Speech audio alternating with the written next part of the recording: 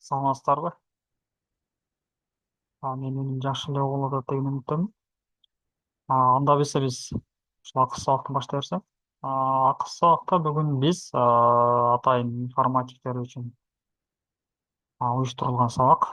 Бул жерде биз программалоо, жасалма интеллекттер жана ушул информатикада окуу процессине кошуучу же болбосо методикалык материалдар дегенбиз. Мындайча айтканда биз ошол жасалма интеллектти биздин информатика сабак процессибизге, окуу процессине кантип кошуу керек, же болбосо бул жасалма интеллектти программалоодо кантип пайдалансак болот деген сөз да. Программалоону үйрөтүүдө жасалма интеллекттин ролу кандай болот? Азыр жасалма интеллект бардык тармакта актуалдуу болуп эсептелет. Ошол программисттер өздөрү дагы бул жасалма интеллектти өзү жасаган, бирок өздөрү дагы ушул жасалма интеллекттин жардамында долбоорлорду ишке ашырышат. Биз билебиз, информатика предметинде 9-класста аягында 4-чейректе ушул жасалма интеллект бөлүмү бар да. Ушул бөлүмдө жасалма интеллект боюнча маалымат берилип кеткен. Эми азыр актуалдуу болуп жаткандар булар азыр жасалма интеллектте ChatGPT'ни баары эле билет. Жасалма интеллект десе ChatGPT'ни түшүнөт көбү. Биз билебиз, информатикада маалымат берүүнүн формасы деген бар. Ал жерде китепте жазуусу боюнча 3 формасы бар да. Биринчиси тексттик, кийинкиси символдук, анан акыркысы бул графикалык да. Ошондой эле жасалма интеллект да ошондой бөлүнөт. Бул жерде жасалма интеллекттин эки варианты бар да. Биринчиси ушул айткандай тексттик, мындайча айтканда жазасың, ал жазуу катары жооп берет. Экинчиси графикалык, бул деген сөз сүрөттөр, видеолор жана башкалар. Жасалма интеллект ошондой. Маалыматтын берүү формасы боюнча 2-3кө бөлүнгөн эле, бул жерде жасалма интеллект ошондой болуп бөлүнөт. Тексттик өзүнчө, анан графикалык өзүнчө болот. Булардын айырмасы бар. Анан жасалма интеллектти бул жерде дагы өтөбүз. Негизги биздин өзүбүздүн максатыбыз бул жерде жасалма интеллектти программалоодо жана информатика предметин мектепте окууда ушул окуу процессине биз кантип кошо алабыз? Азыр бүгүнкү күндө актуалдуу бул бир гана информатиктер эмес, башка предметтин мугалимдери да жасалма интеллектти өзүнүн предметине кошсо болот. Жасалма интеллект, англисчеси бул жерде AI деп турат. Информатика илиминин тармагы. Көрдүңүздөр, бул жасалма интеллект өзү биздин тармакта, информатика предметинин бир тармагы. Бирок актуалдуу азыр. Бирок ушул нерсени жасалма интеллектти көбүнчө биздин тармак болгону менен информатика мугалимдери колдоно албайт. ChatGPT'ни билет, бирок жакшы деңгээлде колдоно албайт да. Ал адатта адамдын интеллекти талап кылынган милдеттерди аткарууга жөндөмдүү интеллектуалдык системаларды түзүүгө багытталган. Жасалма интеллект көптөгөн тармактарда, анын ичинде коддоону үйрөтүүдө, коддоо деген биз айтып аткан ол программалоону үйрөтүүдө колдонушу мүмкүн. Бул процессти натыйжалуураак жана жеткиликтүү кылууга жардам берет. Эми биз муну кантип колдонобуз? Мындайча айтканда, азыр эми жасалма интеллектти ар бир тармак өзү үйрөнөт. Ошол кесиптеги адамдар бул нерсени үйрөнүш керек да. Бул жерде программалоодо жасалма интеллектти колдонуунун 3 артыкчылыгы көрсөтүлгөн. Биринчи автоматташтыруу, персоналдаштыруу, анан кайра байланыш. Жасалма интеллект куралдарды коддоо, тестирлөө сыяктуу күнүмдүк тапшырмаларды автоматташтыра алат. Бул иштеп чыгууларга татаалыраак тапшырмаларга көңүл бурууга мүмкүндүк берет. Анан персоналдаштыруу, бул ар бир студенттин муктаждыктарына ылайыкташтырылган, жеңилдештирилген окуу программаларын түзүп, окууну натыйжалуураак кыла алат. Анан кайра байланыш. Жасалма интеллект студенттерге каталарды тез аныктоого жана оңдоого жардам берип, код боюнча заматта жана деталдуу пикирди камсыздай алат.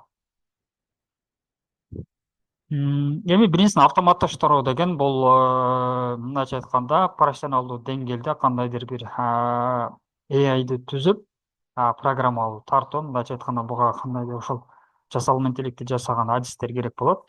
Бизге кереги бул жерде кайра байланыш деген сөз бар да. Білесіздер, кайра байланыш деген бұл жерде жасалма интеллекттин жардамы аркылуу кандайдыр бир окуучулар түшүнбөгөн жеринде же болбосо программасына код жазып атканда кандайдыр бир жерде ката чыккан болсо, ошол жерде ошол жасалма интеллектке берсе, ал жерде кандай ката кеткендиги тууралуу ал маалымат бере алат да. Мисалы, сиз өзүңүз окуучуга тапшырма бергенсиз, олимпиада даярдап атасыз, тапшырма бергенсиз, ал түн ичинде жасап атат, бирок ката кетти. Эми сизге WhatsApp'тан жазып, кайра сизден жооп алып, сиздин убактыңызды албастан эле ошол жасалма интеллектке жаза турган болсо, ошол жоопту берет да. Эми ушул жасалма интеллектти окуучуга үйрөтөрдөн алдын биз өзүбүз мыктыраак билишибиз керек. Максатыбыз ушул жерде биз өзүбүз жакшыраак билүүбүз керек болуп саналат да. Себеп дегенде ушул жасалма интеллект бизге бир тараптан минус болуп калышы да мүмкүн. Биз билбеген нерселерди бул жасалма интеллекттен окуучулар сурап алып, үйрөнүп алып, кайра бизге берсе, биз билбей калган учурлар дагы кездешип калат. Ошол себептен биз жасалма интеллектти мыкты деңгээлде билишибиз керек. Бул жерде жасалма интеллектти үйрөнүү ыкмалары. Бул негизинен эми бул жанагындай программисттер үчүн бул жерде көрсөтүлгөн. Мисалы үчүн машина үйрөнүү. Алгоритмдерди маалыматтарды окутуу үчүн колдонулат. Алардын натыйжаларды алдын ала же чечим кабыл ала алышат. Терең үйрөнүү. Бул татаал маселелерди чечүү үчүн нейрон тармактарын колдонгон машина үйрөнүү бөлүгү. Табигый тилди иштетүү, компьютерлер адамдын тилин түшүнүүгө жана иштетүүгө, мисалы, виртуалдык жардамчыларды түзүүгө мүмкүндүк берет. Анан компьютердик көрүнүш. Компьютерлерге сүрөттөрдү көрүүгө жана чечмелөөгө мүмкүндүк берет. Мисалы, коддогу объекттерди таануу. Эми бул жасалма интеллект десе эле жана акылдуу сезбеш керек. Бул жасалма интеллект да бизге окшогон адамдар үйрөтөт да. Биз окуучуну кантип үйрөтүп жаткан болсок, жасалма интеллекттерди да программисттер ушундай кылып үйрөтүшөт. Муну кылсаң мындай болот, моундай болот. Кыскасы бул кандайдыр бир окутуудан пайда болгон жыйынтык да. Биринчи айтып өтөм, бул жерде алгоритм деп. Бул жасалма интеллект да ошол программисттер берген гана алгоритмдин негизинде жумуш кылышат. Жасалма интеллект менен программалоону үйрөнүүнүн этаптары. Биринчиси, бул жерде киришүүбүз, синтаксис өзгөрмөлөр, маалымат түрлөрү сыяктуу программалоонун негиздери менен баштаңыз. Мындайча айтканда, программалоону баштап атканда синтаксисти окуучуларга өзүбүз бериш керек да. Синтаксис деген бул жазуу эрежелери. Ал жерде өзгөрмөлөр бар, маалыматтын түрлөрү бар. Ушуга окшогон сыяктуу башталыш нерселерди биз өзүбүз беришибиз керек окуучуларга. Анан жасалма интеллектке кайра кире турган болсок, жакшыраак болот. Анан машыгуу бул жерде теориялык билимди бекемдөө үчүн маселелер жана көнүгүүлөрдү чыгаруу. Долбоорду иштеп чыгуу, алынган билимдерди иш жүзүндө колдонуу менен өз программаларыңызды түзүңүз. Кайра байланыш, коддоонун сапаты боюнча жасалма интеллекттин куралдарынан заматта пикир алыңыз. Кайталоо, билимиңизди бекемдөө үчүн өткөн материалды кайталаңыз. Биздин негизги максатыбыз бул жерде жасалма интеллектти кайра байланыш учурунда колдонуу. Сиз тапшырмаларды бересиз, синтаксисти өттүңүз, өзгөрмөлөрдү өттүңүз, эми тапшырмаларды бердиңиз да, ошол учурда окуучуга кайтарым байланыш кенен болуш үчүн ушул жасалма интеллекттерди биз үйрөтсөк болот. Эми бизде жасалма интеллект же болбосо программалоону кантип, кайсыл жерден үйрөнсөк болот деген сыяктуу жумуштар бар. Эми биз көп убакыт албастан эле карайлы. Биз кантип жумуш аткарсак, кантип бул нерсени колдонсок болот.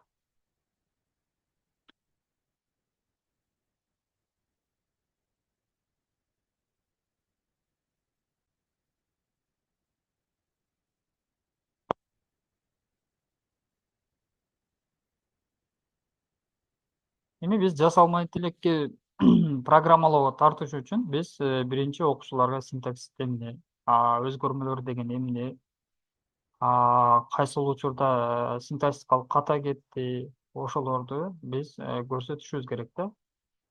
Кээдирки учурларда ката кеткен болот, бирок ал катасын көрсөтө албайбыз. Ошол учурларда биз жасалма интеллектке кантип кайрылсак болот, ошол жактарын карашыбыз керек. Эми караңыздар. Синтаксис деп коем, бул ушул жазуу эрежелери да. Python программалык тилинин өзүнүн синтаксиси бар, Java'нын өзүнчө синтаксиси бар, жазуу эрежелери. Булар бири бири менен айырмаланат. Алгоритм бир, бирок булардын жазуу эрежелери башкача да. Биринчи эле өзгөрмөлөр. Өзгөрмөлөр деген бул жанагы эле математикадагы x, y, z деген нерселер да. Булардын маанилери өзгөрүп турат деген сөз.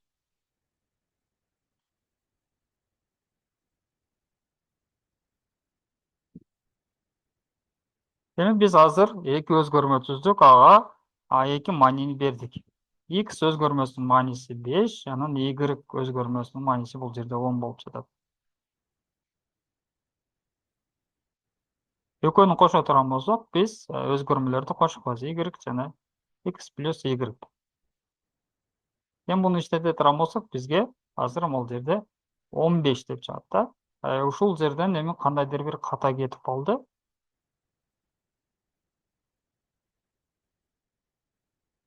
Айталы, эми бул жерден биз Y биз башка өзгөрмө берели, бул жерде саптык маани кылайлы. Азыр бизде биринчи X бул жерде бүтүн сан болду, андан кийин Y бул жерден саптык тип болду. Бизде Python программалоо тилини билесиздер. Бүтүн сандар, саптар деген сыяктуу маалыматтын типтери бар. Айландырдык, эми биз программаны иштете турган болсок, бизде могул жерде ката кетти. Эми могул жерде биз азыр кабар берип атат да интерпретатор. Python'дун интерпретатору ката кетти. Могул жерде type error деп турат. Type error деген бул тибинен ката кетти деген сөз.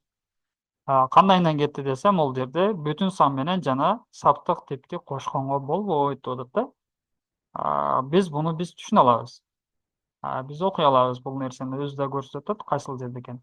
Эми окуучу ушул нерсени билбей калды да. Билбей калганда ал эмне кылат? Ушул кодду көчүрөт дагы, копировать этет. Ушул жерден дароо ал жасалма тилге кайрылат.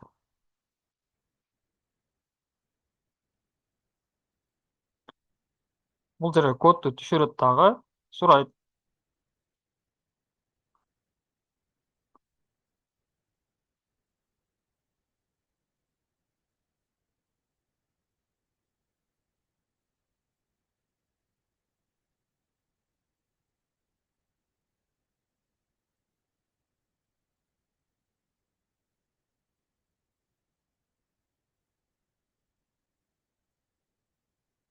Караңыздар, чечим чыгарып атат. Мен кодду салдым, бул жерге жазылган код, анан кайсыл жерден ката кетирдим деп суроо бердим. Бул эми мага түшүндүрмө берип атат. Бул коддо ката түрү дейт. Type error дейт. Эми катанын түрү эмне экен? Type error. Мындайча айтканда, тибинен ката деп атат. Ката кеткен жериңиз сиз эки ар башка типтеги маалыматтарды кошууга аракет кылып жатасыз. Бул жерде сан менен текстти кошконго аракет кылып жатасыз деп атат да, түшүндүрүп атат. X барабар 5 бул сан, integer деп турат. Андан кийин Y барабар Python бул текст, string деп атат. Python тилинде санды текст менен кошууга болбойт. Бул эки түрдүү маалымат типтери бири-бирине дал келбейт. Эгер сиз бул эки маалыматты бириктиргиңиз келсе, алдын ала санды текстке айлантырышыңыз керек. Мисалы, X барабар 5, Y барабар Python жана print str x плюс Y деп атат да. Бул деген сөз, бул коддо 5 Python деген жыйынтыкты берет. Же болбосо, эгер сиз саптарды өзүңүзчө чыгаргыңыз келсе, f-string колдонсоңуз болот. Катаны көрсөтүп атат. Бул жерде эмне чечим кылыш керектигин дагы бизге эки чечим сурады. Кааласаңыз, сиз могул жерде 5ти саптык типке айландырып алсаңыз болот деп атат, же болбосо экөөнү эки башка кылып чыгарсаңыз болот дейт. Чынында эле кошуу бул жалаң сандар үчүн. Биз бул жерде Python'у колдонгонубуз үчүн көрдүңүздөр кайсыл жерден ката кетти, эмне ката кетти ошону көрсөтөт. Эми дагы суроо бериши мүмкүн.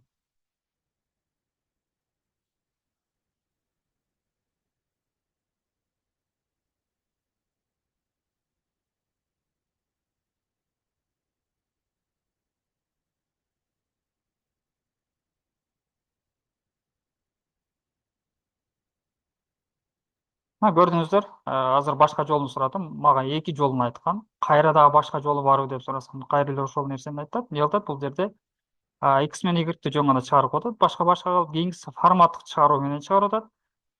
Кийинкисинде бул жерде дагы форматтык чыгарып, бирок бул жерде процент операторун колдонду. Андан кийин бул жерде эмне кылып атат? Join'ду колдонуп атат. Join эмне кылышың тууралуу деп сурасак да бул жерде азыр айтып берет бизге. Листти кошуу жана join методун колдонуу деп атат. Мындайча айтканда, биз берилген ушул эки өзгөрмөнү бул тизмеге салып коюп атат да. Анан кийинкисинде бул жерде X менен Y өзүнчө чыгарып атат. Азыр ушул нерсени биз колдонуп көрсөк болот.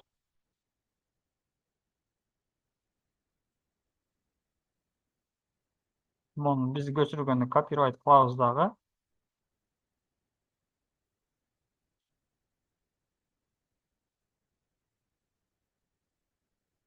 Бул жерде бул кодду өчүрүп туруп, жана берген кодду кылабыз. Салдык, буну иштетебиз. Иштесек, мына бизге берген 5 Python деген текст чыкты. Көрдүңүздөр, жасалма интеллект канчалык деңгээлде жардам берет.